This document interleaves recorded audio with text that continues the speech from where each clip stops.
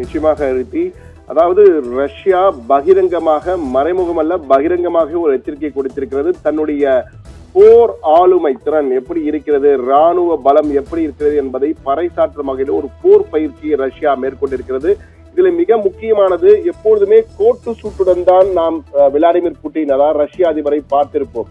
ஆனால் ரஷ்ய அதிபர் விளாடிமிர் புட்டின் மிக நீண்ட காலத்திற்கு பிறகு தற்போது ஒரு ராணுவ உடையிலே அந்த போர் பயிற்சியின் போது பங்கேற்று ராணுவ வீரர்களுக்கு உற்சாகம் தரும் வகையில், நானும் உங்களுடன் இருக்கேன் என்பதை உற்சாகம் தரும் வகையிலே மறைமுகமாக ஒரு செய்தியை ராணுவ வீரர்களுக்கு கொடுத்திருக்கிறார். இது அங்கு பெரும் பேச்சாக தற்போது பேசப்படுகிறது. ராணுவ உடையில் புட்டின் வந்திருப்பது இது அடுத்த கட்டத்துக்கு புட்டின் சென்றிருக்கிறார் என்பதை எடுத்துக்காட்ட வகையில் இருப்பதாகவும் பேசப்படுகிறது.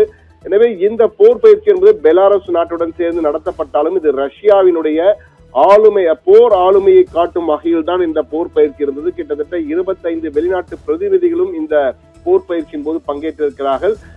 இந்த போர் பயிற்சியிலே 1,00,000 ராணுவ வீரர்கள், 10,000 ஆயுதங்கள், விதவிதமான ஆயுதங்கள், நவீன ஆயுதங்கள் எல்லாம் பயன்படுத்தப்பட்டிருக்கின்றன. அதே போன்று ட்ரோன், பல்வேறு வகையான ட்ரோன்கள், நூற்றுக்கணக்கான ட்ரோன்கள் பயன்படுத்தப்பட்டிருக்கின்றன.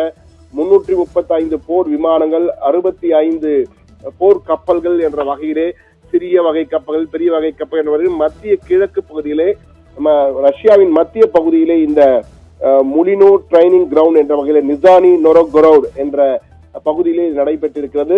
இந்த போர் பயிற்சிக்கு ஜாப்பட் 2025, ஜாப்பட் என்றால் மேற்கு, வெஸ்ட் என்ற அர்த்தம். எனவே ஜாப்பட் 2025 என்ற வகையிலே வெஸ்ட், மேற்கு 2025 மேற்கு நாடுகளுக்கு, மேற்கத்திய நாடுகளுக்கு ஒரு எச்சரிக்கை என்பதை சொல்லாமல் சொல்லியிருக்கிறார் ரஷ்ய அதிபர் விளாடிமிர் புட்டின். இந்த பிரத்யேக காட்சிகள், விளாடிமிர் புட்டினுடைய அந்த ராணுவ உடையிலே அந்த போர் பயிற்சியில் ராணுவ அதிகாரிகள் ராணுவங்களை சந்தித்து உரையாடியது, ஆயுதங்களை பார்வையிட்டது போன்ற காட்சிகள் நமக்கு பிரத்யேகமாக கிடைத்த அந்த காட்சிகளை தான் தற்போது பொறுத்துக் கொண்டிருக்கிறோம். இந்த போர் பயிற்சியிலே ரஷ்யா பங்கேற்றதன் மூலமாக மிக தெளிவான ஒரு செய்தியை மேற்கத்திய நாடுகள், குறிப்பாக நேட்டோ நாடுகளுக்கு சொல்லியிருக்கிறது. ஏன்னா நேட்டோ நாடுகள் தற்போது ரஷ்யா போலந்து மீது அந்த ட்ரோன் தாக்குதல் நடத்தியதை அடுத்து அவர்களை பதிலடி கொடுக்க வேண்டும் என்பதற்காக பிரான்ஸ் அதிபர் உள்ளிட்டோர் அனைவருமே தற்பொழுது மிக தீவிரமாக போர் விமானங்களை எல்லாம் போலந்து வகையிலே அனுப்பி கொண்டிருக்கிறார்கள். எனவே அவர்களுக்கெல்லாம் ஒரு செய்தியை உறக்க சொல்லும் வகையிலே ரஷ்ய அதிபர் விளாடிமிர் புட்டின் தற்போது இந்த போர் பயிற்சியிலே ராணுவ உடையில் பங்கேற்று தாமும் களமிறங்க தயார். இவர் ஏற்கனவே ஒரு KGB ஏஜென்டாக இருந்தார். KGB ரஷ்ய ராணுவ, சோவியத் யூனியன் இருந்த பொழுது அவருடைய உளவுத்துறையிலே மிக முக்கியமான பொறுப்பிலே இருந்தவர் தான் விளாடிமிர் புட்டின். அதன் பின் தற்போது அரசியல் ஈடுபட்டு தற்போது அதிபராக இருக்கிறார். தற்போது விளாடிமிர் புட்டினுடைய இந்த ராணுவ உடையில் அரங்கேறிய காட்சிகள் நிச்சயமாக உலக நாடுகளுக்கு ஒரு செய்தியை சொல்லியிருக்கிறது.